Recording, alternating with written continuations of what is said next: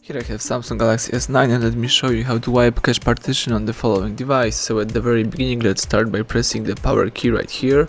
Keep holding power button, let's choose power off and tap power off again just to confirm the whole operation.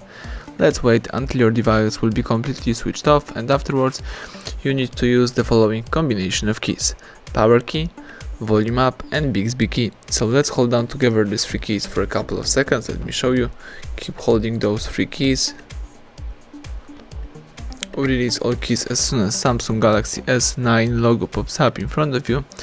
Let's wait a couple of seconds until the Android recovery pops up, and that's it. This is the Android recovery mode. Here you can navigate by using both volume keys and confirm options by pressing power key.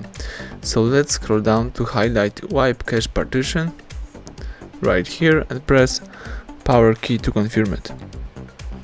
Right now scroll down again to yes to confirm the wiping the cache files and press power key to choose it. Right now the device is formatting the cache files or temporary cache files, and as soon as Android system recovery pops up again on the screen, simply press power key to reboot system now.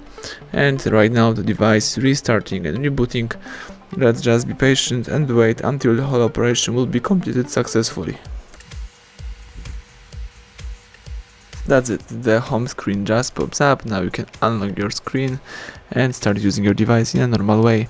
Thank you for watching, please subscribe our channel and leave thumbs up under the video.